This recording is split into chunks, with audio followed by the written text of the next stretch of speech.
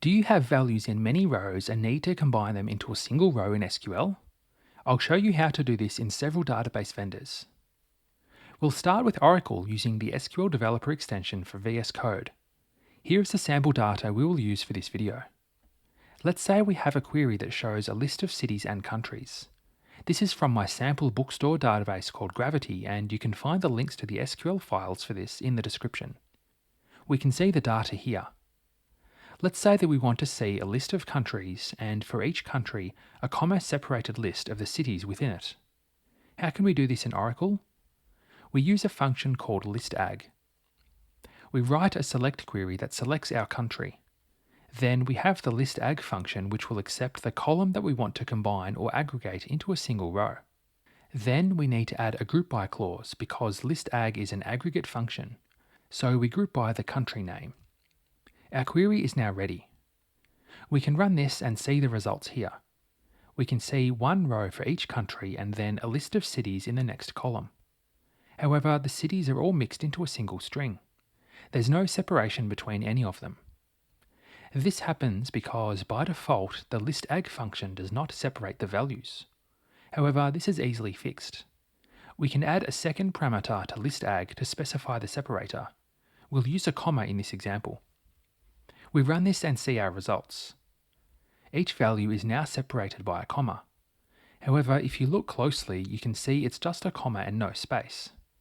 If you want to add a space as well, you can adjust the function to use a comma and a space in the parameter here.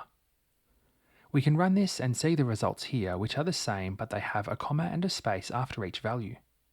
That's how it's done in Oracle. If you want a quick reference guide for many common SQL commands and features, and stop forgetting the syntax for SQL, you'll love the SQL cheat sheets I created. Get your copy at the link in the description.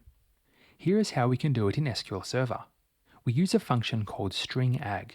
We write our country name, then use this stringag function and supply the city name. We run this query, but we get an error, which says the function requires 2 arguments. This is because the second parameter is required, which is for the separator. So we can update the query to add the separator and run the query. We see the results here. It looks similar to Oracle. We can see the country name and a list of comma-separated cities in the next column. In MySQL, we use a function called groupconcat.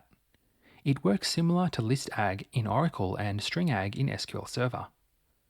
We write the country column and then the groupconcat function. We specify the column to combine, which is the city name. The query is now ready. We can run it and see the results here. We see the same output, a list of countries, and for each country, the list of cities. We can see the cities are separated by commas, but no spaces. We can specify the separator as a parameter to the groupconcat function here. It's a little different to the other databases. We need to add the keyword separator, then the separator we want to use inside quotes. In this example, we'll use a comma and a space. We can run this and see the output here, which now has each city separated by a comma and a space. Finally, we'll look at Postgres. We use a function called stringag, just like in SQL Server. First, we have the country name, then the stringag function and the city column. Our query is now ready. We run it, but we get an error message. It says function stringag character varying does not exist. This happens because the stringag function actually needs 2 parameters in Postgres, the string to aggregate and the separator. So we can update our query to add a second parameter, which can be a comma as a separator. We can run the query and see the results here, which are similar to the other databases. All of the city names are combined into a single column.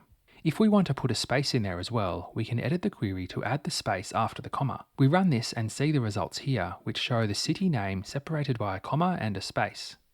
The functions I demonstrated in this video are very helpful to solve a specific problem. They can also be used as window functions if you want to show the detailed rows as well as a combination of different values in a single column. Watch this video next to learn what a window function is and see some examples in SQL. Thanks for watching.